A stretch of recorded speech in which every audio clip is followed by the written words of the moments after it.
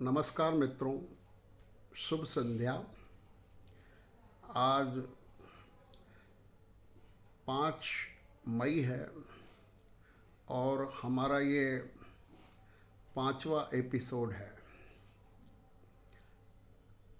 अभी प्रतिदिन हम शरीर और मन को कैसे मजबूत बनाएं, इस विषय में चर्चा कर रहे हैं। और इस चर्चा का मुख्य उद्देश्य यही है कि हम वर्तमान कोरोना काल की विपरीत परिस्थितियों में भी अपना आत्मविश्वास, अपनी हिम्मत बढ़ाएं।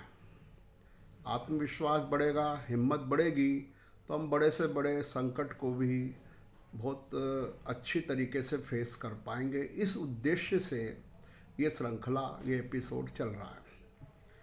कल हमने विशेष रूप से आत्मा की बात की कि आत्मा को जानना और मानना बहुत ज़रूरी है, तब जाके हम अपने आप को, शरीर को और मन को मजबूत कर सकते हैं। और उसमें हमने आयुष कर्म के संबंध में बात की थी। वो एक बहुत मोटा विश्लेषण था क्रमबद्ध पर्याय का और आयुष कर्म का, कि वो इसलिए था कि हमें थोड़ा डर कम लगे, हम ये विश्वास करें कि हमारी जितनी आयु है उतनी तो रहेगी, उससे हम घबराएं नहीं। उसका मात्र पर्पज इतना ही है, उसके बहुत बारीक विश्लेषण में हम नहीं जाएंगे। आज हम बात करते हैं आयुष कर्म की, नहीं आयु की। वैसे आज का जो विषय है वो आयु का ही है, एज का ही है। कोई आपसे पूछे आपकी क्या एज है तो आप एज बता देंगे। आपकी डेट ऑफ बर्थ क्या है, ये है साहब। कोई कहेगा मैं 40 साल का हूँ, कोई कहेगा 42 साल का हूँ, 45 का हूँ, 60 का हूँ, 70 का हूँ। ये आयु होती है। पर आज मैं एक अलग कंसेप्ट से बात करूँगा। आयु हमारी 3 तरह की होती है। एक वो आयु जिसके हैं हम है, जैसे मान लो मैं अभी 61 साल का हूँ, तो ये मेरी आयु है, मेरी एज है। इसको हम डेट ऑफ बर्थ से पता लगाते हैं। ये एक आयु हो गई जो हम सामान्य रूप से सब लोग हमको जिस आयु का मानते हैं, सरकार मानती है, स्कूल मानता है, कॉलेज मानता है, नौकरी वाले मानते हैं। एक आयु तो होती है बायोलॉजिकल एज। आपका फिटनेस कैसी है, आपका शरीर कैसा है। कई लोग ऐसे हैं जिनकी एज तो कम है, एज तो कम है, पर वो समय से पहले ही कमज़ोर हैं। कई व्यक्ति आपको ऐसे मिल सकते हैं जिनकी आयु 30 वर्ष है, 25 वर्ष है, पर उनकी जो गतिविधि है, उनकी जो शारीरिक क्षमता है, वो 55-60 साल वाले जैसी भी दिखती है। बुजुर्ग जैसा सोच, बुजुर्ग जैसे विचार, बुजुर्ग जैसी क्षमता, मतलब शरीर की क्षमता की बात कर रहा हूँ अभी मैं, कि क्षमताएं अलग अलग होगी। एक जैसे 40 साल के दो व्यक्तियों की क्षमताएं एक जैसी नहीं होती। उनका फिजिक अलग होता है, उनका किसी कार्य को करने का जो तरीका है वो अलग होगा। तो निश्चित रूप से बायोलॉजिकल आयु बहुत महत्व रखती है। जो व्यक्ति प्रतिदिन एक्सरसाइज करेगा, प्रतिदिन घूमने जाएगा, अपना पौष्टिक आहार लेगा, अपने शरीर का ध्यान रखेगा, तो वो भले ही ज़्यादा एज का भी होगा पर उसकी बायोलॉजिकल आयु कम रहेगी। ये एक बात इसमें मेन बात है। ये तीसरी आयु भी होती है एक और। बोले ये कैसी आयु होती, उसको कहेंगे बौद्धिक आयु, मानसिक आयु या मन की आयु। ये क्या होती है साहब।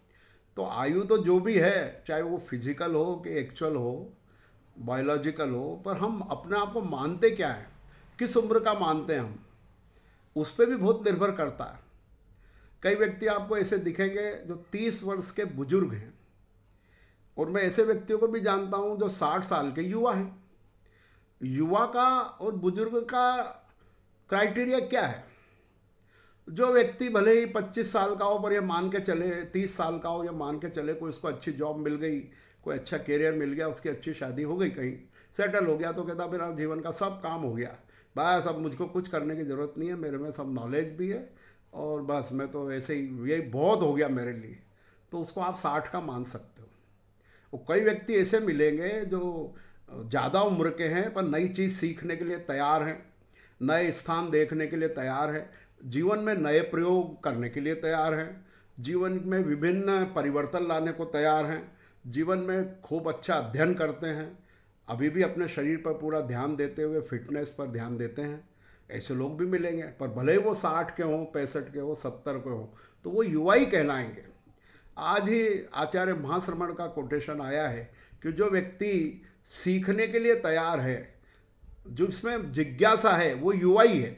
तो युवा की और बुजुर्ग की डेफिनेशन अलग है। जैसे खाली एज से कुछ नहीं होता, एज तो आपकी जो है, पर अगर आप अपना प्रयत्न छोड़ देते हैं, निराशावादी विचार हैं, अत्यधिक संतोषी हैं, कोई ज़्यादा एक्टिविटी नहीं है, बहुत सीमित दायरे में रहते हैं, आप बहुत ज़्यादा कहना चाहिए रूढ़िवादी हैं, आप बहुत ज़्यादा कट्टर हैं, तो आपकी आयु कम है, आप युवा नहीं हैं। युवा वही है जिसमें क्यूरियोसिटी हो, जिसमें किसी नई चीज़ को जानने की इच्छा हो, नई चीज़ सीखना चाहता हो, समझना चाहता हो।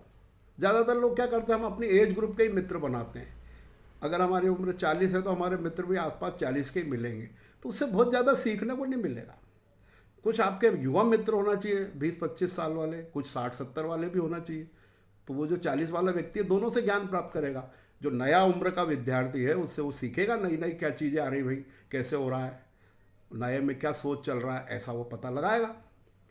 और बुजुर्ग से दोस्ती होने पर बुजुर्गों के जो अनुभव हैं, उनकी जो क्षमताएं हैं, उनके जो एक्सपीरियंस है, उसका वो लाभ लेगा। तो हमें क्या करना चाहिए कि जीवन में थोड़ा सा अपने आप को मजबूत बनाने के लिए, शरीर को मजबूत बनाने के लिए, अपने जीवन को मजबूत बनाने के लिए ज़रूरी है कि हम विविधतामय जीवन भी जिएं। और इसके लिए ये कह सकते हम कि हमें हर उम्र में जिस समय हम जगो, जब जागो तब सवेरा। अब जब हम जाग गए कि नहीं यार, अब अपन कुछ करो यार नया। कई लोगों ने बड़ी उम्र में आके परिवर्तन किए हैं, ज़्यादा एज में आके नई इंडस्ट्री चालू की है, ज़्यादा उम्र में आके नई नौकरी ज्वाइन की है, और बहुत अच्छे से उसमें सफलता भी मिली है। तो ऐसा ना सोचे कि आप चुक गए, आप कहीं लगे तो बस हो गया हमारा तो काम। अरे ऐसा नहीं है, बहुत सारा ज्ञान है, बहुत सारी अचीवमेंट है जो आपको किए जाना है। इसलिए अपने आप को युवा समझें और युवा माने। युवा, इस संबंध में एक बात और कहना पड़ेगी कि युवा होना और युवा मानने में अंतर है। युवा दिखना और युवा मानने में अंतर है। आप युवा कैसे दिख सकते हैं? अच्छी ड्रेस पहनकर, अच्छे व्यवस्थित रहकर युवा दिख सकते हैं, पर आप अपने आप को युवा मानते होगे नहीं। आप में युवा जैसी जिज्ञासा है कि नहीं? तब जाके आप युवा कहलाएंगे। आपकी एजुकेशन क्या है? आप अपने आप में सुधार करते रहिए निरंतर, अपने ज्ञान में, अपने घर में, अपने कार्य क्षेत्र में, अपने आसपास। और जितना, और इन सब में सबसे बड़ा फायदा करेगा कषाय की मंदता। अगर आप में क्रोध, मान, माया, लोभ कम है तो आप युवा बने रहेंगे और नए नए क्षेत्रों में आपका अचीवमेंट प्राप्त होगा। तो आज ये आयु के संबंध में एक बात की मैंने कि हमें अपनी जो रियल एज है उसको तो आप चेंज नहीं कर सकते, जो एज है वो है। जैसे मान लो मैं 61 का हूँ तो हूँ, पर अब मैं चाहूँ तो बहुत अलग ढंग से जीता हूँ ना। कई जगह मैं जाता हूँ तो लोग कहते हैं कि इस उम्र में जो है खेल में रुचि है आपकी, फिल्मों में रुचि है, संगीत में रुचि है, साहित्य में रुचि है। क्यों नहीं होगी रुचि? वो चीज़ हमको जवान रखती है, वो चीज़ हमको युवा रखती है, वो हमको नई नई चीज़ों के टच में रखती है। तभी तो जाके हम अपने आप को बेहतर महसूस करते हैं। इसलिए सूरज ढलने से पहले ही बूढ़े मत होइए, अपने आप को युवा बनाइए, अपने अपने नए लक्ष्य निर्धारित करिए। ये समय हमारे पास लॉकडाउन का, जिसमें हम नया विचार कर सकते हैं, नई चीज़ों में आ सकते हैं आगे, और अपने आप पे हिम्मत रखिए। तो देखिए आप, शरीर और मन आपका साथ देगा। तो आज की बात इतनी, बहुत बहुत धन्यवाद। कल फिर मिलेंगे। Thank you.